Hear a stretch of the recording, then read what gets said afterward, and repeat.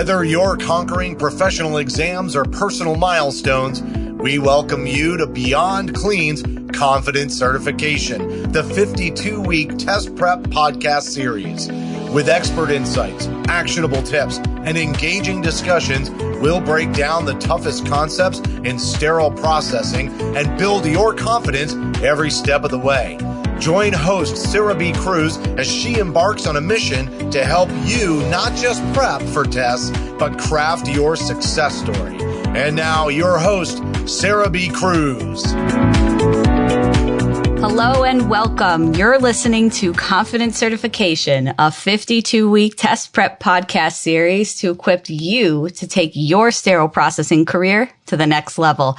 I'm your host, Sarah B. Cruz, and on this episode, we're going to be talking about effective test taking. Yes, talk about meat and potatoes for confidently taking your certification test. I want to help you master some test taking skills, and we're going to do that by evaluating how we can incorporate practice tests to really start to see how we test as individuals before we get into the testing facilities and we've spent all our money only to realize that we're not really that great at taking a test. Right. So this one is going to be a good episode to start, bookmark, and come back to because it's full of really actionable and tangible tools that you can put in your tool belt, dare I say, and really apply to your test taking abilities. So let's jump right in and we'll discuss some tools for effective test taking. I know it probably took you a second to look at your phone when I said that. What more is there to it, Sarah? When I talk about taking a test effectively, I know a lot of people think that I'm kind of crazy, right? So it's like, Sarah, really, what else is there to it? You take the test, you get it right or wrong, or you just keep it moving. There's not really anything else to it. No, we can use these practice tests to figure out where we need to study more and different tips and tricks that we can apply to help find the answers when we're not sure. So when I say effective test taking, a lot of people look at me like I'm crazy because honestly, what more is there? You sit down, you take the practice test, you mark it right or wrong, and you keep it moving. Yeah. Well, what if I told you that there could be a little bit more behind taking a practice test that will help you get ready for your certification test and actually help you identify where you need to strengthen your studying and where you may need to revisit and spend more time so that you can test confidently. Truth moment. If we're guessing the answer more than half the time on a practice test, we aren't learning. And I know that's a tough pill to swallow, but what's actually happening in that space is that we are trying to memorize the questions and the answers. Now, you're crazy to think that some random practice test that you found online is going to have the same exact questions as any certification test that you're going to pay for by either certification body. There's so much work that goes into creating these certification tests. And another big hard truth, a lot of these questions on practice tests that are available online are outdated and haven't been updated by the person that made them the first time around since they've passed their test. Because why would they go back to update their test when they've already passed? So it's going to be really important that you're not just guessing and checking and memorizing. You really want to start to understand why you're getting it wrong or why you're getting it right.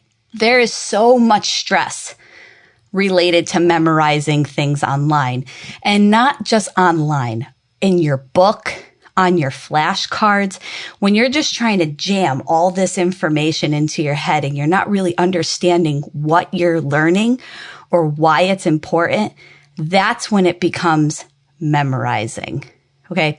Practice tests reinforce studying. They are not the only way to study. They are a supplemental study tool that we can use to effectively identify areas of weakness in our study. If you are using them as your only form of studying, you are memorizing. I want you to ask yourself what would happen if you weren't stressed out about the wording or the structure of a sentence in an exact way. Imagine if you spent so much time trying to memorize what was written down on a flashcard, and then when it shows up on your test, nothing's even listed there. We call that a big loss or no return on your investment. Because you spent so much time trying to memorize the exact wording and vernacular of a practice quiz or a flashcard, you've missed the concept and the point that it was trying to teach you. So let's go over 3 effective skills we can hone and sharpen by using practice quizzes after this break.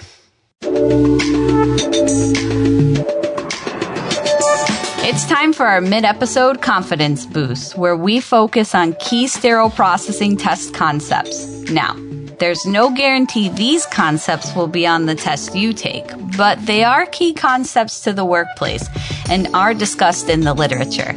Today, we'll be covering indicator types. Now, before we get going, they used to be called classes. They are called types now. Indicator types. Chemical indicator types. So let's get moving. Process indicators are type 1. These are process indicators that are used to differentiate packages that have been processed in the sterilizer from those who have not. Most common example, autoclave tape and locks. Indicators for specific tests, or type 2s, are used to test the air evacuation system on pre-vacuum sterilizers, like our Bowie Dick test. Single variable indicators, type 3, respond to only one parameter of the sterilization process.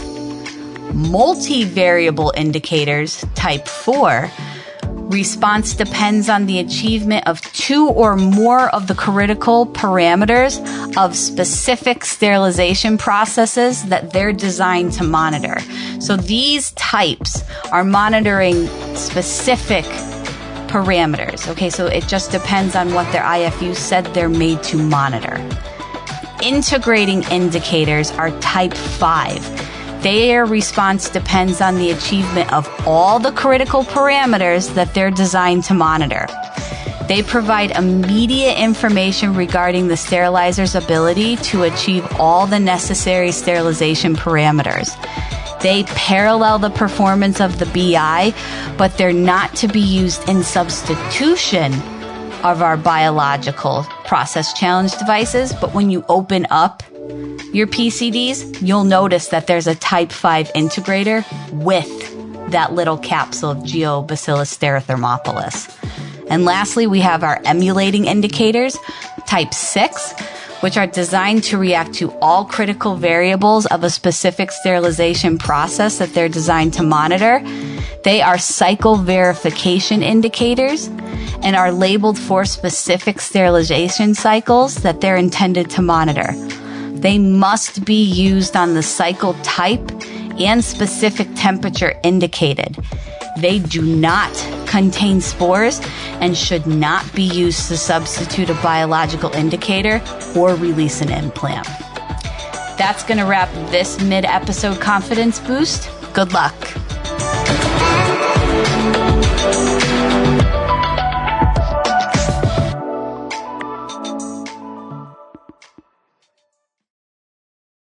Hey, and welcome back. And as promised, let's get right into it. Let's talk directly about uncertainty. I know, come with me. It's going to be really good. But you feel uncertain whenever you face a question that you don't know the answer to, right?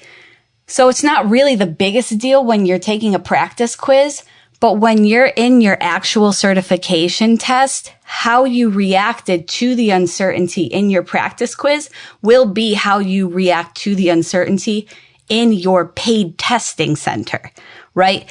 So when you're uncertain about an answer, do you end up spiraling down a negative path? Like you kind of go down this rant in your brain like, oh my God, I can't believe I don't remember this. I'm so dumb. I studied this for like 4 hours. Why don't I know what I'm talking about? which also starts to go into self-blame. Maybe you're beating yourself up for not knowing the answer.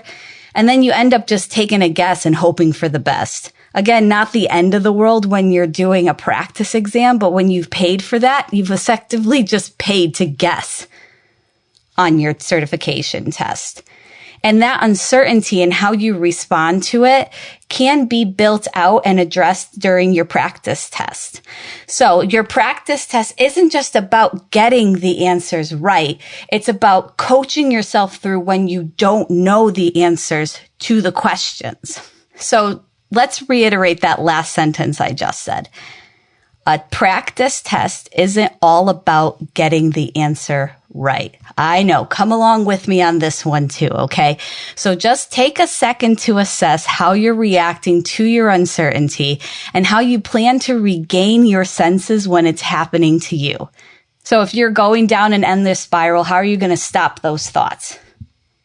If you start to self-blame yourself when you can't remember all the different levels of the Spaulding classification system, what are you going to do to just stop that right in the track? Because you still need to answer the question. It's still going to be there. This is how we can use practice tests in that space. Another tool we can use is called active guessing. And I know I was just saying, don't guess, but hear me out. There's a difference between active guessing and just guessing because we don't know the answer and hoping we get it right, okay? The two results of a guess are either right or wrong. Yeah? Neither of these outcomes will help you learn the information because we guessed. So if you get it right on a guess, yeah, it feels really good because it's like, oh yeah, I got it right. Let's keep it moving. No, you still don't know the concept or the content that you guessed on. And then if you get it wrong, obviously you don't know the content or the concept that you got it wrong on. So what I want to encourage you to do is actually star or find some way to mark questions that you are guessing on. And remember, if you're guessing on more than 50% of your questions, that probably means you should stop the practice test and go back and really start to look at some of the content. But when you're guessing, the first step in active guessing is recognizing that you don't know the answer and marking it so that you can go back to it. Active guessing allows us to address these weak areas so that we can study more on them.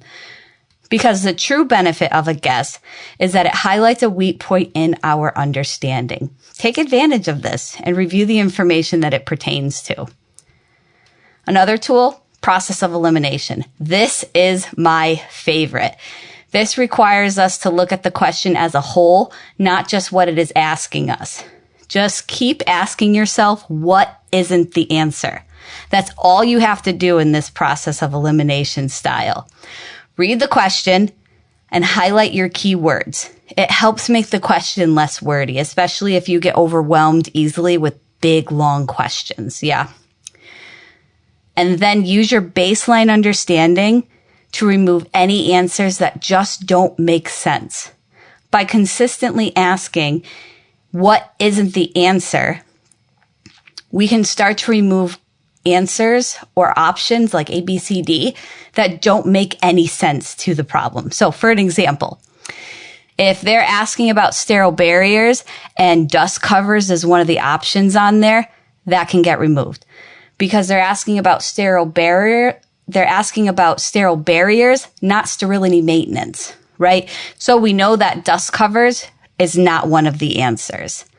If they're asking about wraps in the question and a peel pouch is listed, that can get removed because we know that they're asking about wraps and peel pouches are paper plastic pouches, not wraps.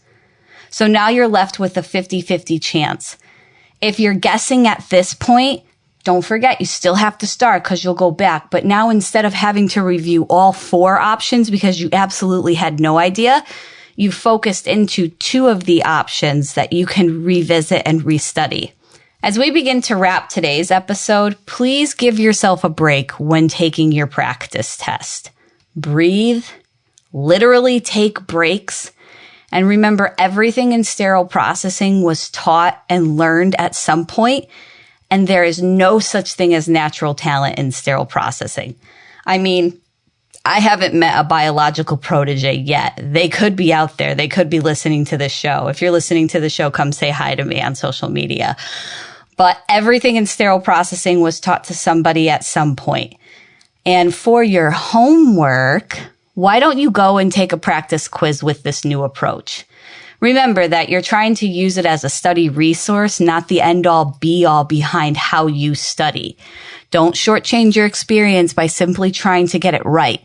Learn why and sharpen the knowledge necessary to answer correctly and certify confidently. And that's going to do it for this week's episode. For more sterile processing education and resources, make sure to visit beyondclean.net or follow Beyond Clean on Facebook, LinkedIn, Twitter, and Instagram. And don't forget to check out over 1,000 SPD-related videos at youtube.com/beyondclean. If you have any questions or comments for the show, you can reach out to info@beyondclean.net. Finally, make sure to download the Beyond Clean mobile app on the Apple and Android app stores so that you don't miss a future episode of any of the other awesome Beyond Clean podcasts. My name's Sarah B. Cruz, and you've been listening to Confidence Certification. Until next time, keep fighting dirty and pass that test with confidence. The views and opinions expressed in this podcast series are of Sarah B. Cruz only and do not represent the companies she works for or collaborates with.